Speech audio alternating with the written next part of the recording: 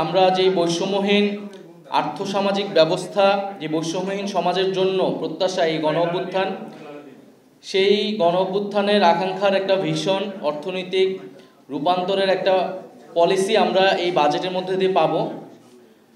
তো আমাদের কাছে মনে হয়েছে যে সরকার এই বর্তমান সময়ে যে অর্থনৈতিক সমস্যাগুলো, সেই সমস্যাগুলো তারা অ্যাড্রেস করতে পেরেছে, কিন্তু তার প্রপার সলিউশন বা স্ট্র্যাটেজি বা যেই ভিশনটার কথা আমরা বলতেছি বৈষম্যহীন সমাজে, সেইটা এই বাজেটের মধ্যে দিয়ে আসেনি। এটি এক বছরের জন্য বাজেট হলেও সেটার বাস্তবভিত্তিক হলেও কিন্তু সেটার নতুন বন্দোবস্তের যে আকাঙ্ক্ষা, অর্থনৈতিক রূপান্তরের যে আকাঙ্ক্ষা, সেই আকাঙ্ক্ষার পূর্ণ প্রতিফলন ঘটেনি বলে আমরা মনে করছি। যেহেতু আগের যেই অর্থনৈতিক কাঠামো, যে লুটপাটের অর্থনীতি এবং ঋণগ্রস্ত অবস্থা ছিল, সেই অর্থনৈতিক বাস্তবতায় সরকারকে পরিচালিত হতে হচ্ছে এবং বাজেট প্রণয়ন করতে হয়েছে। ফলে সেই কাঠামোর ভিতরেই এই বাজেটটা প্রণয়ন করা হয়েছে এবং সেই আগের অর্থনৈতিক কাঠামোর অনেক ছাপ এই বাজেটের মধ্যে দেখা যাচ্ছে। আমরা এই গণঅভ্যুত্থানের মধ্য দিয়ে তৈরি হওয়া যে নতুন বাংলাদেশ, সেখানে আমরা ভেবেছিলাম বা আমাদের আকাঙ্ক্ষা ছিল যে ধনী গরিবের যে আয় বৈষম্য, সেই আয় বৈষম্য কমে আসবে। কিন্তু এই বাজেটে আমরা সেই আয় বৈষম্য কমানোর তেমন কার্যকর উদ্যোগ দেখিনি। করদাতার সংখ্যা যেটি পূর্বে ছিল সেটি বিদ্যমান রয়েছে এবং যে সকল ব্যক্তি বা প্রতিষ্ঠান কর ফাঁকি দেয় তাদেরকে করের আওতায় আনার তেমন কার্যকর পদক্ষেপ আমরা দেখিনি। এর ফলে নিম্নবিত্ত এবং মধ্যবিত্তের উপর যেই চাপ ছিল, করের চাপ, সেটি কিন্তু অব্যাহত থাকবে। কিছু পণ্যের, নিত্য প্রয়োজনীয় পণ্যের কর কমানো হলেও আমাদের কিন্তু তাদের উপর যেই চাপ, সেই চাপ কিন্তু গুণগতভাবে আসলে কমবে না। দ্বিতীয়ত আমরা বলছি যে এই জুলাই গণ অভ্যুত্থান শুরু হয়েছিল বেকার সমস্যা থেকে, কর্মসংস্থানের আন্দোলন থেকেই কিন্তু এই গণ অভ্যুত্থানের সূত্রপাত।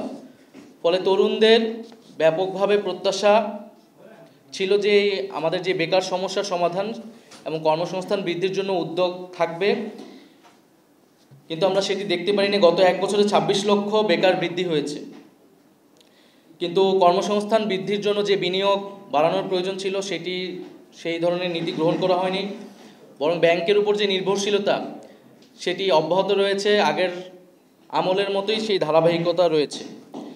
ফলে এই বাজেট থেকে বা এই অর্থনৈতিক পলিসি থেকে আসলে যে কর্মসংস্থান বৃদ্ধি হবে বা বেকার সমস্যা নিরসন হবে কার্যকরভাবে, সেটা আমরা মনে করছি না। শিক্ষা, স্বাস্থ্য এবং বিজ্ঞান প্রযুক্তি খাতেও তেমন নতুনত্ব নেই, বরং শিক্ষায় ন্যূনতম 2%, জিডিপির 2% বরাদ্দ থাকাটা আমরা উচিত বলে মনে করছি এই সময়। সেটা 1.7% হয়েছে। একইভাবে স্বাস্থ্য বা অন্যান্য খাতেও সেই বরাদ্দ বৃদ্ধি হয়নি।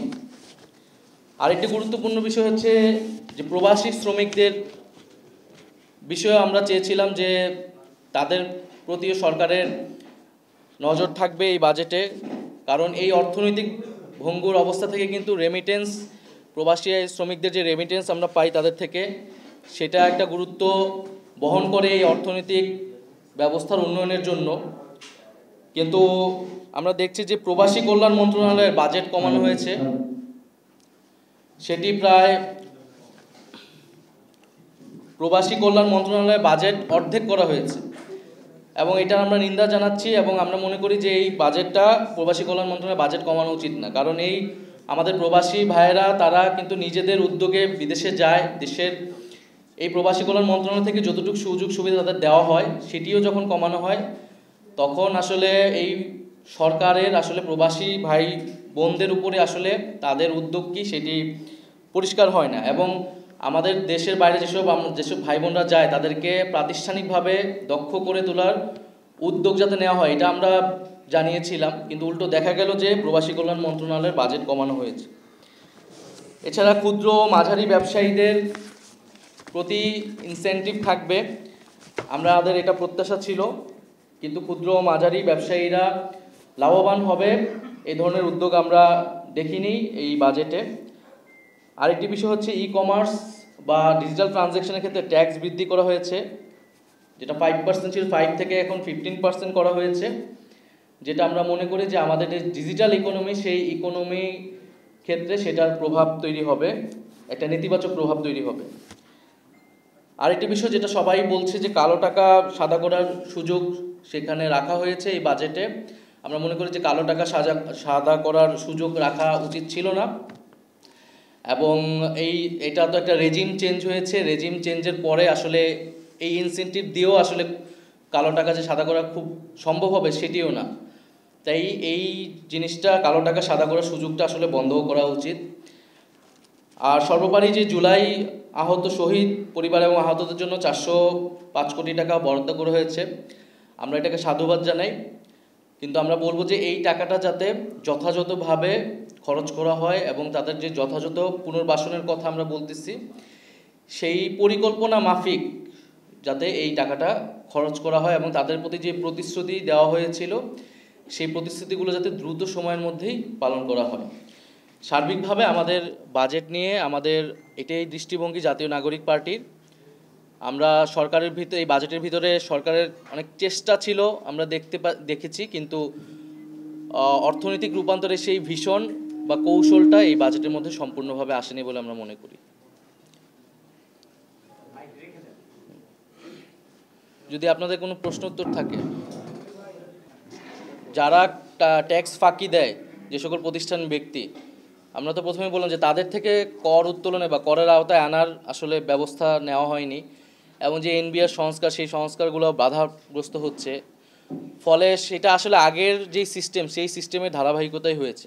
কিন্তু আমরা এটা বলছি যে একটা রেজিম আসলে চেঞ্জ হয়েছে, ফলে কালো টাকা যাদের কাছে ছিল তাদেরকে এই সুযোগটা দিলেও যে সেই কালো টাকা অর্থনীতিতে ফিরে আসবে এই সম্ভাবনাও কম আসলে।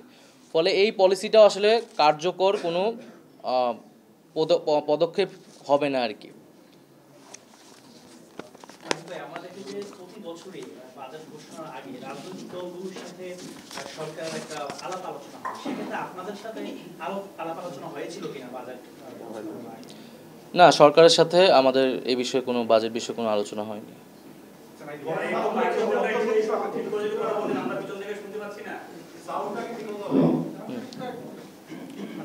বর্তমানে তো অন্তর্বর্তী সরকার, যদি ডিসেম্বরে নির্বাচন হয় তাহলে তো আবার নতুন রাজনৈতিক সরকার আসবে। যদি এই সরকারটা বাজেটটা পেশ করে তাহলে তো আবার জুন পর্যন্ত যাবে। তো যদি রাজনৈতিক দলের সাথে আলাপ আলোচনা না করে বাজেটটা হয়, আপনারা রাজনৈতিক দল হিসেবে এটা কি সাধুবাদ জানাবেন? প্রথমত আমরা এই গণঅভ্যুত্থানের শুরু থেকে বলে আসছি, আমাদের যে প্রতিষ্ঠানগুলো রয়েছে এগুলোকে সুসংহতকরণ করতে হবে এবং শক্তিশালী করতে হবে। ফলত আমাদের রাষ্ট্রীয় যে প্রতিষ্ঠানগুলো রয়েছে, বাজেট রিলেটেড, অর্থনৈতিক ফিসকালের সাথে যে রিলেটেড, সেগুলোকে শক্তিশালীকরণ না করে যদি একটি দল আসা যাওয়ার মধ্য দিয়ে সেটার প্রক্রিয়াগত ওই যে রিজিমের আছে সেটা যদি আমরা বের না হতে পারি, তাহলে আমরা করি বাংলাদেশের সামগ্রিক উন্নয়নটা হবে না। সেই ক্ষেত্রে অর্থনীতির সাথে সংশ্লিষ্ট যে প্রতিষ্ঠানগুলো রয়েছে সেটা যদি সুসংহত করা যায়, শক্তিশালী করা যায়, অর্থাৎ রাজনৈতিক দলের পরিবর্তন হলেও যাতে রাষ্ট্রের যে নীতি, জনমানুষের কল্যাণের নীতি, সেটাতে যাতে পরিবর্তন না হয়, সেটার দিকে বাংলাদেশ যাওয়া উচিত বলে আমরা মনে করি। সেই ক্ষেত্রে গণ অভ্যুত্থানের পরবর্তী সময়ে যেটি সবার কাছে একটি আবেদন এসেছে যে আমাদের রাষ্ট্রীয় প্রতিষ্ঠানগুলোকে শক্তিশালী করতে হবে।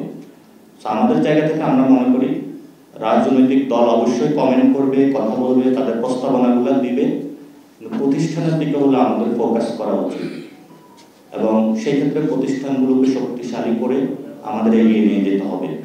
আপনারা দেখেছেন যে এনবিআর এর মধ্যে একটা আন্দোলন হয়েছে, কিন্তু এনবিআর এর বর্তমান যে সিস্টেমটা, এই সিস্টেমের মধ্য দিয়ে যারা রাঘববোয়াল রয়েছে, বড় বড় অর্থের কর ফাঁকি দিচ্ছে, অর্থ লোপাট করছে, তাদের থেকে কিভাবে ট্যাক্সেশন প্রক্রিয়াটা সুন্দর করা যায়, সেই ক্ষেত্রে আমরা কোনো স্ট্র্যাটেজিক কৌশল দেখি নাই বর্তমান বাজেটে।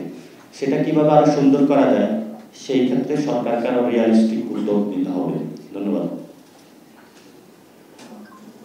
ঠিক আছে, চলুন।